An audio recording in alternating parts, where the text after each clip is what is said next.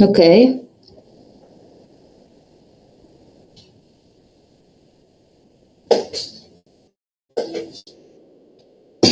So the topic today is about using AI without losing your professional edge. If you can't hear me or see the screen, please just type on chat so that we can find a solution. Okay. So first of all, who am I? My name is Farah Darwish. I'm a software engineer at a company called SitServe. I'm a graduate from Antonine University with a bachelor's degree in computer and communications, specialized in software and networks. I'm also a researcher in AI and cybersecurity, as well as an IEEE and WIE member, of course, GDG and Women Tech Maker member. This is my LinkedIn. Feel free to reach out if you have any inquiries or questions after the presentation. So today we'll be covering the following. We're going to have a quick review of the AI fundamentals, specifically LLMs, AI value and limits, ethics and security, and some practical exercise to have some hands-on on AI usage. So let's start with covering the AI fundamentals. We know as a matter of fact that AI is used to perform human-like tasks, whether it was through prediction, generation, basic reasoning by detecting patterns in massive data sets. LLMs like ChatGPT, Claude, Gemini, and so on and so forth are trained on billions of lines of code and text. They predict the next token using transformer architectures. To explain this more, take this example. In the chat below, we have the input. I typed in ChatGPT, hello. This message is encoded into a token. We see that the 15339 is the token for the word hello, which is then taken to the transformer, which does this prediction or predict the next token. So in this case, it would be the transformer of ChatGPT. After predicting what the next token is, it will, first of all, provide me with this token and then decode it into a normal word we both understand. So hello, how can I assist you today? So as you can see, AI doesn't actually think. The result is probabilistic guesses. So it's limited by 128 tokens per prompt. So as we said, LLMs or large language models are trained on massive data sets of text, code repos, books, and all this to be sent to a transformer which does the parameters and backpropagation. So your prompt gets tokenized, then embedded into vectors, and then processed autoregressively one token at a time through transformer layers. So in this site, so I typed the word hello. I got a 232 encounters. And if you notice that the next words to be used could be implementations, compiler, input, syntax, algorithm, loop, compilation. That most of the words that will come next are related to coding. Why? Because the data set trained or the LLM used mostly code repos, text related to coding. For example, if you write print hello world, it finds the closest to or the nearby words and then fills in. All this to say that LLMs do not understand what the concept on repetitive tasks. Take this example. You are a programmer, you want to write a bookshop. About a bookshop, you're going to do a full system. So instead of doing the repetitive syntax code functions, you can ask for the create, removal, or update, delete functions directly for an API, directly from an AI. You can also use it to provide unit tests. What are unit tests? You have a list of tasks you have to do. Each tasks are behind one unit. Once you complete this unit, you do a full test. So unit tests provides different scenarios to test the code or the first feature you have done. Furthermore, you can use this to write documentation. Many developers, if not all, are lazy to write documentation and to explain to other developers, whether it was client documentation or developer documentation, are so lazy to write down what they should do, the instructions of how to use the software, where each feature is located. So they use AI to write the full documentation, which saves 55 to 80 minutes of time. So this has been proven to be very useful.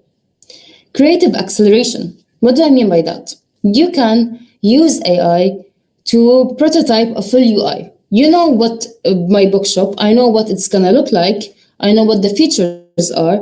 The AI will help me design it, will give me the instructions of how to design or what I should add in each page in a website, for example. It can also help me as a developer by explaining complex algorithms. If there is a new algorithm that's been released, I'd rather ask an AI to explain it if it's too complex for me to comprehend. Maybe give me more examples. Okay? So it has been proven by GitHub that the people who use Copilot and use the 30% of the suggestions complete their tasks 55% faster. So this also has been proven to be useful. If you see the graph here, for code writing, it saves 70% of the task. Of course, giving you the functions that you instructed or the suggestions given. Unit testing, as we explained earlier, it saves about 80% of the time. Debugging is the lowest because normally you'd put a breakpoint and follow line-by-line code. An AI cannot do this and follow each line and each variable and predict what each value should have. So debugging is more likely beneficial for a developer to do. And finally, as we said, documentation, which saves a lot of time and maybe help developers finish faster. AI pitfalls. We, of course, have heard of hallucinations. AI will do anything to fulfill your desires, even if it's factually wrong. That's why there is something called hallucination. It will try any way to please you, whether by inventing fake APIs, syntactically wrong, having many error rates, even could create an algorithm that doesn't exist and ask you to use it. So the resources or the source that's been given, it's wrong. As we said earlier, there isn't actual understanding. They only understand the patterns and give you the actual meaning. So there isn't any true reasoning. So if you're following a certain logic, it will not understand it, will only understand the pattern. If there are math proofs or novel algorithm designs, it only relies on patterns. Of course, there's context limits and staleness.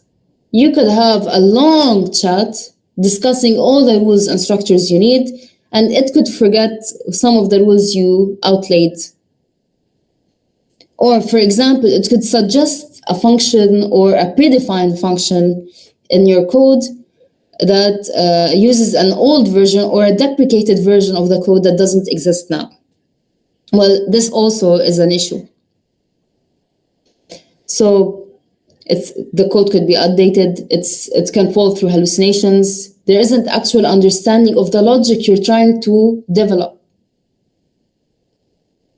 Now, ethics and security. Who would you blame when an AI gives you a wrong answer, or wrong answers for that matter? Would you blame the AI itself, or would you blame the developers who developed this AI? So ethical AI for developers. How can you use AI ethically? Of course, disclose AI use. Don't pretend to be super smart by creating this complex function on your own. Just mention that you use the aid of an AI so that other people or the people in your team can trust whatever you're writing. As you said, you cannot trust an output of an AI blindly. There are pros and cons. There might be hallucinations, there might be errors. So preferably when you do this task and you commit or you push your code, just mention that it has AI assistance so that the team will know, and if they might know where the error is, they can locate it. Avoid plagiarism. Do not copy paste any code without fully understanding it. This is a crucial point. Understand what's being written and try to rewrite it yourself. This is how you as a developer can enhance your thinking and grow. And most importantly, take accountability. If you used an AI and the AI gave you wrong output and you used it and it has been tested, they're gonna blame you, not the AI, because AI is a tool like Stack Overflow. So take accountability for your actions. And of course, using AI has also cons. It has disadvantages, especially if you leak data. If you leak your IP, or for example, your API token, all these are data leakage. Sometimes, as we said, that AI generates deprecated code. Deprecated code also means security risks. It can be prompt to injection, SQL injection, or XSS, or supply chain vulnerabilities. Okay, so all these show weakness and leaks data. So this is harmful logic. My main concern, and everyone's main concern in any company, is the new junior developers coming up next. It's so sad to hear that many junior developers are using AI without learning the fundamentals and the basics. They're copy pasting anything. They have all 3 AIs, 4 maybe. They're using all types of AIs, copy pasting without understanding. If they have an error, they'll give the error and copy the entire code to the AI without understanding what the error is or where is it coming from. So it raises concerns to many companies about the newcomer developers being hired. So what can we do to enhance that? So how should we use AI? So advice to young developers or any newcomer developer. So first of all, AI smart coding practices would be to use AI for small syntax, only for important ones. If you think they're wrong, do not use it. Don't copy paste the entire code. Copy this small line of code and let the AI explain why it's wrong. Use AI to enhance your knowledge, not to reduce it. Okay? Always have AI output immediately. If you have it, test it. It's important that you test and make sure it's not hallucinated or deprecated or have security issues. And if you feel like you want to use AI, if you're allowed to in a workspace, some workspaces do not allow AI usage, it's preferable that you write a prompt indicating a senior dev with the context you need and the format you need. So many companies follow a specific structure or line of code that you have to follow. To get 3 times better the results, mention that act as a senior developer, write the context or the task you need, mention what the format should be like, maybe the convention of your company. That technical fundamentals AI don't have, that you as a developer should have. For example, the fundamentals of data structures and algorithm. Sometimes an AI will generate a very complex with high complexity function that will reduce the performance of your software. So you have to understand data structures and algorithms to improve efficiency and performance. Write tests first. Perform your own QA. Whatever you get, write on a piece of paper and pen the full test you can do. For example, test your login, test the number of characters you can enter, all these. It saves debugging and helps you do proper validation. I'm gonna focus on this one as debugging is the most important one. Don't be lazy, just add a breakpoint and click on F10 and follow what each line of code will give you. If you run this, you're gonna find if you have an error, it will point what the error is at which line. It will tell you what each variable is being filled. And this will reduce a lot of time because AI cannot do that, cannot take your code and run it and try every single variable in your system. So the debugging saves a lot of time and helps you a lot. Git workflows is a plus. It's essential for any collaborative workspace and version control. Use GitHub, know how to use it, when to merge and when not to, and how GitHub works or Git workflows. Read code. Reading code is very important. Understand what's and why it is written. If you notice that code generated by AI is sometimes harder to understand. Meanwhile, a code written by a developer, it's easier to understand because you will understand the way it is for any young developer. Dedicate 30 minutes every day to write code without the use of without the help of AI. Understand the concepts, understand what you're building. Do not let an AI to be in control of your system. You should be the main developer and the AI is your assistant. It shouldn't do your entire work. You should design your own system. Design this bookshop system. You draw the database design. Because if you let the AI do it for you, it is prone to doing mistakes. And along the way of development, if there was an actual mistake in the database structure or a database design, then you'll have to repeat everything. So it's crucial that you understand what you're doing. So let's test your knowledge. What's the best AI use, or what's the best use of AI? Is it for crypto algorithm, unit tests, or system architecture? Write your answers in the comment and save them. If you got all right, then mention that you did get them all right. What is the top security risk? Is it prompt injection?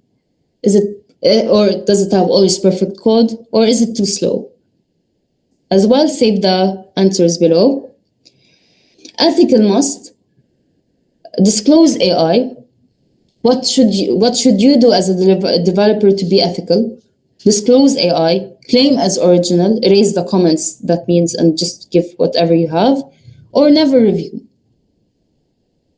Finally, what are the LLM weaknesses? Is it the boilerplate, novel reasoning, or documentation?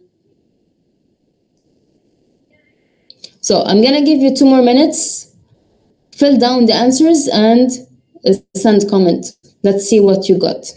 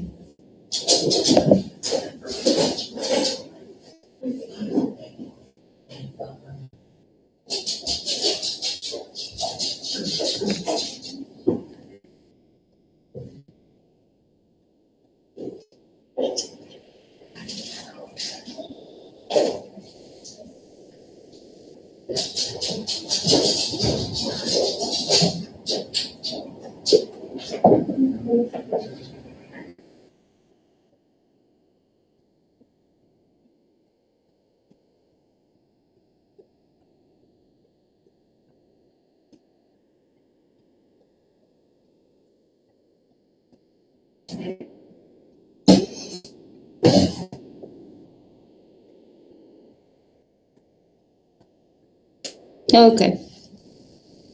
So let's unravel the answers. Tell me if you got them all right. Okay. First of all, what's the best use of AI? It's, of course, unit testing, as well as, if you remember, documentation. What's the top security risk? You have prompt injection, which is a huge issue. Of course, it doesn't give you perfect code. What's an ethical must? It's to disclose AI. Mention that you wrote this function with the assistance of AI. What's an LLM weakness? It's the novel reasoning. It's what they don't have and we humans have. So let's do a quick demonstration. So in this demonstration, I'm gonna be using Google Colab as well as ChatGPT. So stay tuned. So if you got all 4 correct, well done. Now we're gonna jump to the actual demo. As you can see here, I'm gonna zoom in so that everyone can see. So this code is written by a junior developer. Who can tell me if the code is right or wrong, and if it's not, then why is it wrong? Mention in the comments below.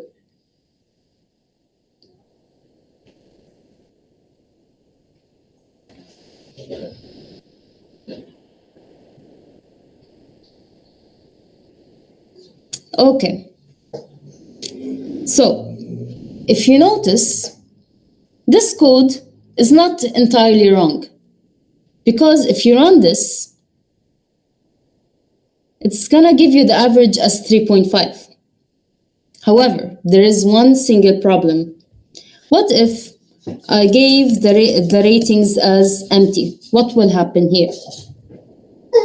It's an error. It gives you a zero division error, which is a logical error.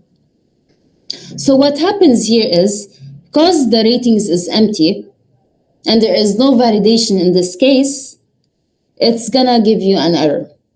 Now, normally, if you didn't know this or you haven't seen this, you could add this prompt to ChatGPT. You mentioned that review this junior level code. What edge cases could cause incorrect behavior, and do not write the entire solution. Just tell me exactly what to fix, where to fix. That way, you are not breaching the entire function or your entire code, just what you need exactly. So if I do this, I'm gonna copy this prompt. I'm gonna give it to ChatGPT. And I'm gonna add the function above. By the way, this function, it's giving me the average rating of a product. So let's see what will happen here.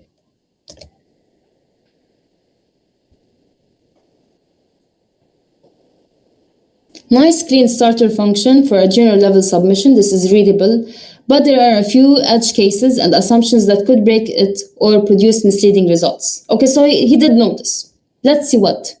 Empty list.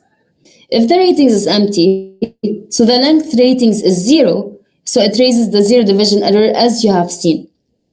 So it's important to take care of this. So what is the solution here? So there are different things to consider here, but he's gonna do a minimal, he's asking me or suggesting to do a minimal fixes of 1 to 2 lines maximum. So let's ask for this. Let's see what will he do.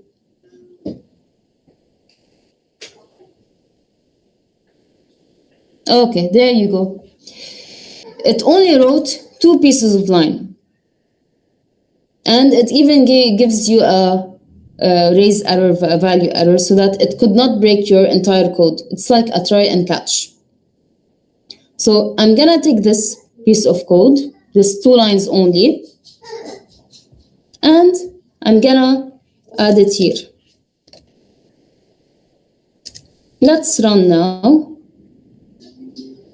Okay, and now if I add the empty set, it will return the average as 0, so no longer an error. So, first of all, read and understand the code, check what it's doing, check the validations. It's important that you validate whatever answer you have. And here in this case, the junior developer forgot to validate the empty case, and so it fixed it. Another example would be, let's say another junior developer decided to add a feature that creates a shopping cart implementation. This is the prompt you should be giving to the AI. First of all, describe what the task is. The task here is to create a simple shopping cart implementation as a set of Python functions. Remember, I didn't give him the entire system, I only gave him the function I need or the requirements of the related feature only. Do not leak all your code, just what you need exactly. Furthermore, I added specific details on what I need without over-engineering it. The requirements are as follows.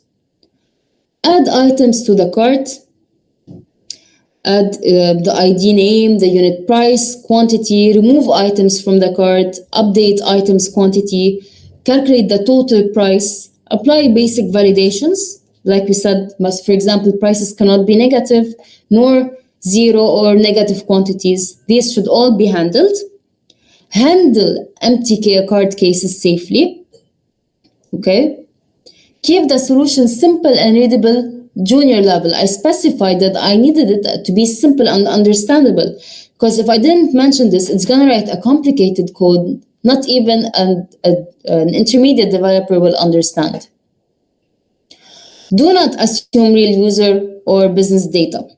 Do not predict or give things from your own. The constraints are as follows. Focus on clarity over optimization. Use clear variable and function names. Add comments explaining the decisions. Do not add advanced patterns or frameworks, because as a junior developer, he won't have this knowledge yet. What the output is, it should be a Python code only. Short explanation of the logic before each function. Mention any limitations or edge cases. So I'm gonna take this. You are assisting a junior developer and do the following.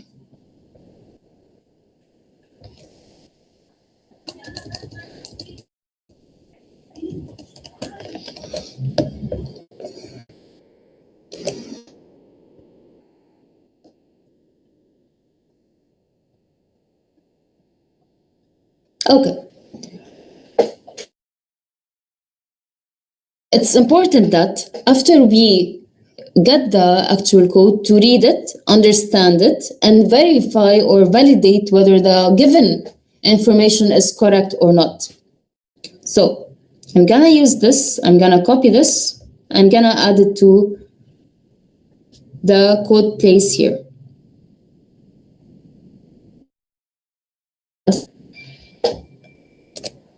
So let's read and understand the code.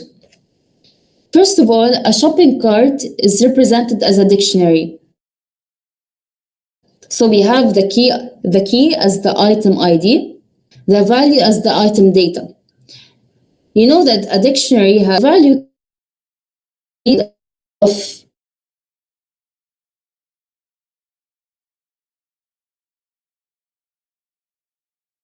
by what you exactly need and continue with it. So first of all, we define the add item. We're adding the item in the cart.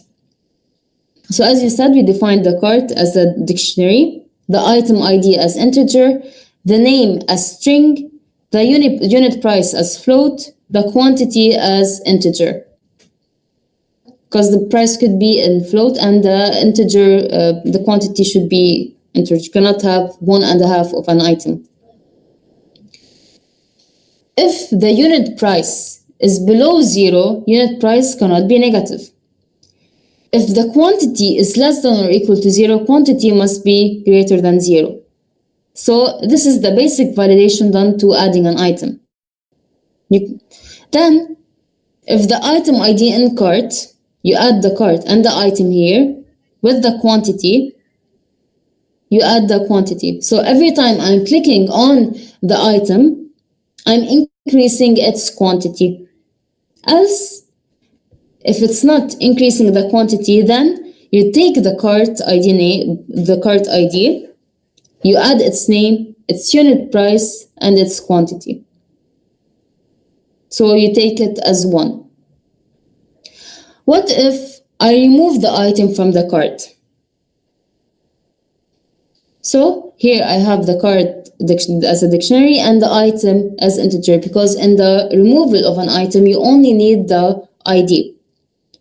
So if the item ID in cart is present, then delete it. Okay? If it's not, then it won't even delete the item. Update the quantity in an item. Let's say later on a user decided to open the cart after closing it and wanted to add more of the quantity. You have to check the item ID and get the item and then increase the quantity. You get the original quantity and you either increase it or decrease it. If the quantity is less than or equal to 0, you mentioned that the quantity must be greater than 0. If you notice here, what if you cannot update the quantity, because if it's less than or equal to 0, then it should be as a delete function. You want to delete it. So this here should be a different handling, which will be covered later. Of course, if the item ID in the cart is present and I'm increasing the quantity, then I will take the item ID and I will increase the quantity. Then I'm calculating the total of the full quantity and the products. First of all, I define the total to be 0. And then for each item in my cart, compute the total by getting the unit price times the quantity of each product. So then you're returning the total.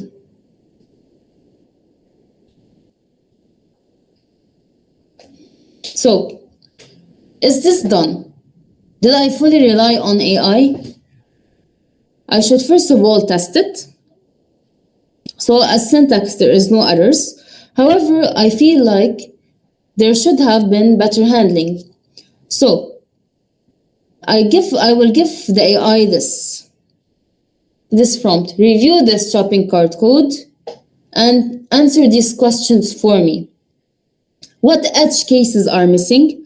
What validations could fail? What should not be automated here? What decision should remain with the developer? Do not rewrite the entire solution. I just want exactly what I should fix here. So I will copy this and I will add it to ChatGPT here.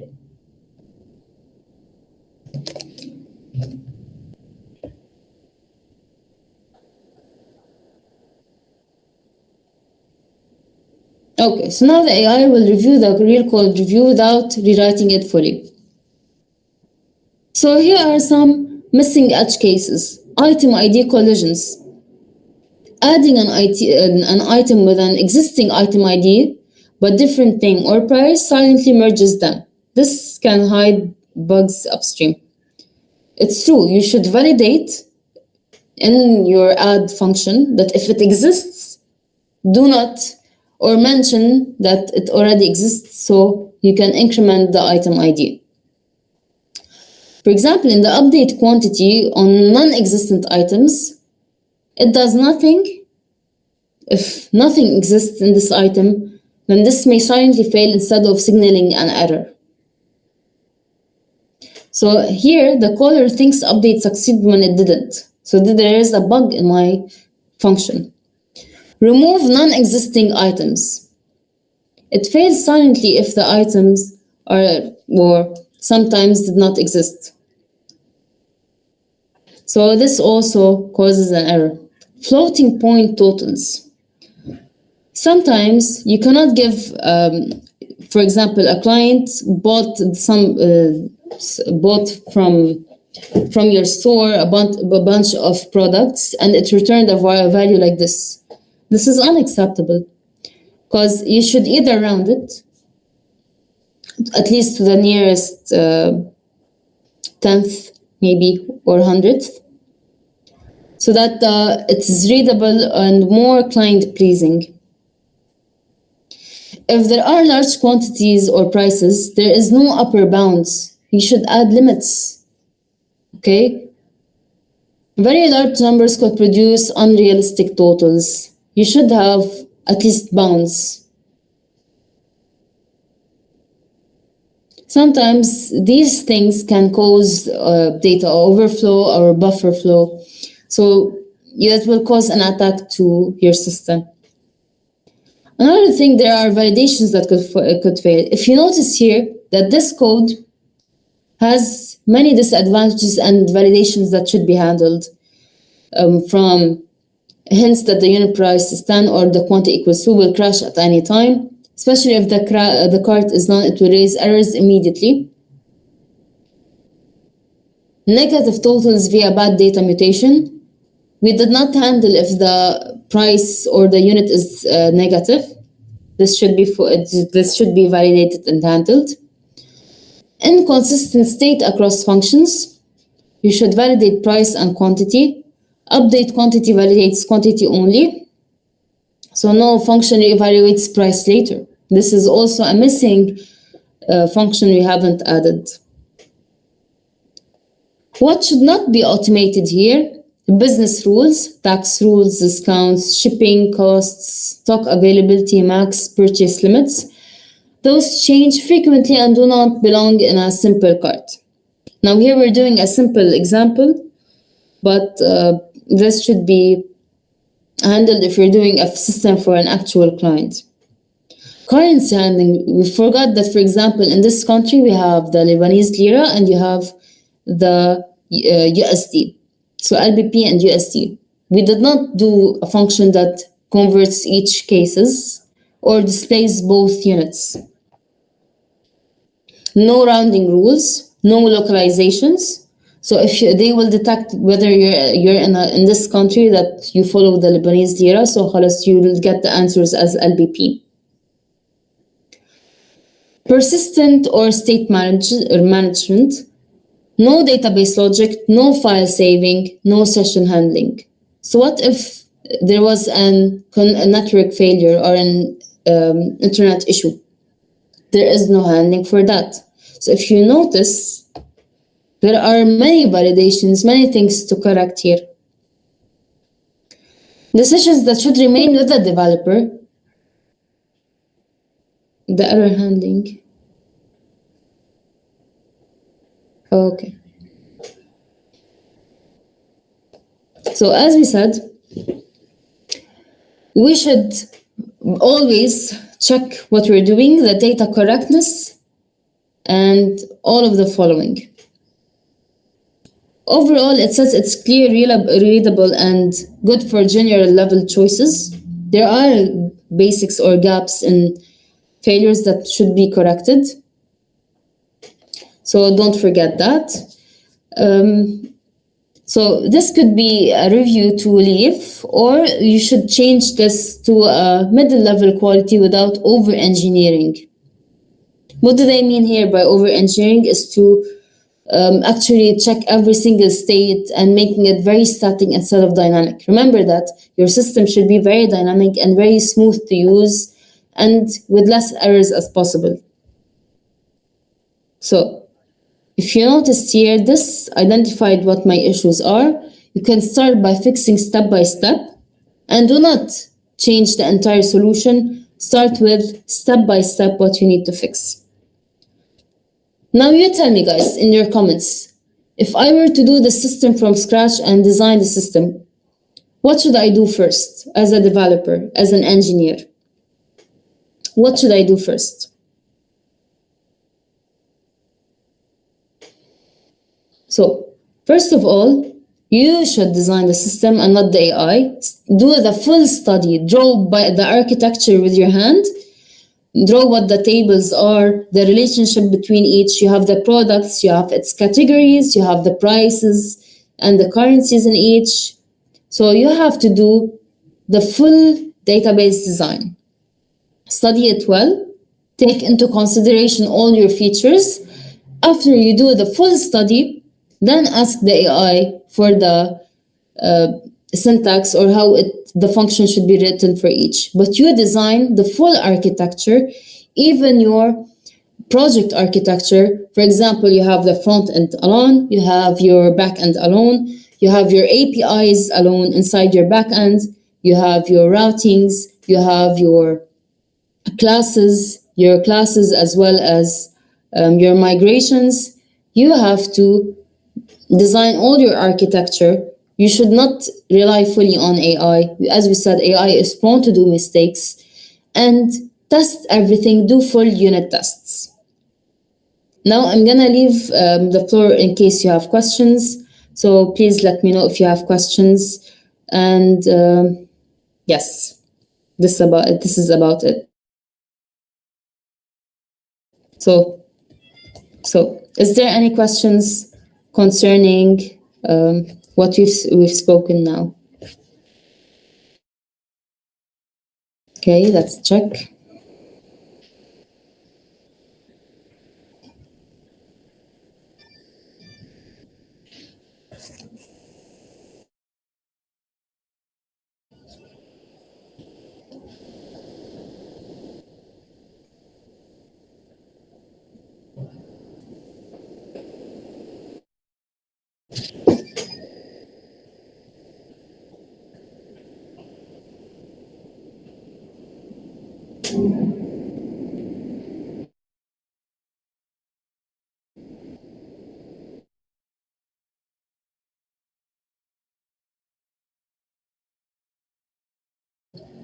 You're welcome, guys. If you have any questions, you have my contact information. Feel free to reach out.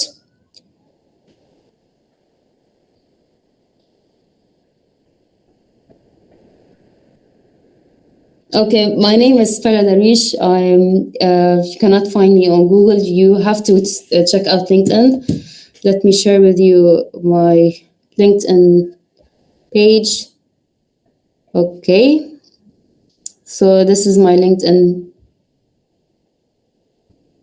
Okay.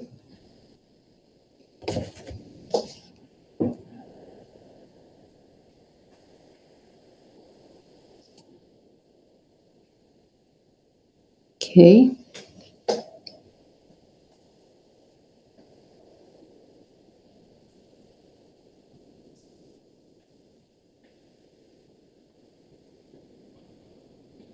Okay. So first of all, as you said, you have to design the architecture. It was a random idea. So if you were to start a project from scratch, get a piece of paper and pen. Nothing is wrong with getting a piece of paper and pen. Design the architecture, and then ask the AI for the syntax. And as we said, there are many AIs like Copilot who will help you or give you suggestions on how to write the code.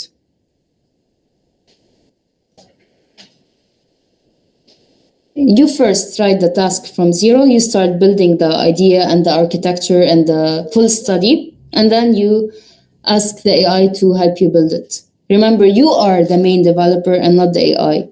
You should control the entire system and not the AI. AI is only for assistance.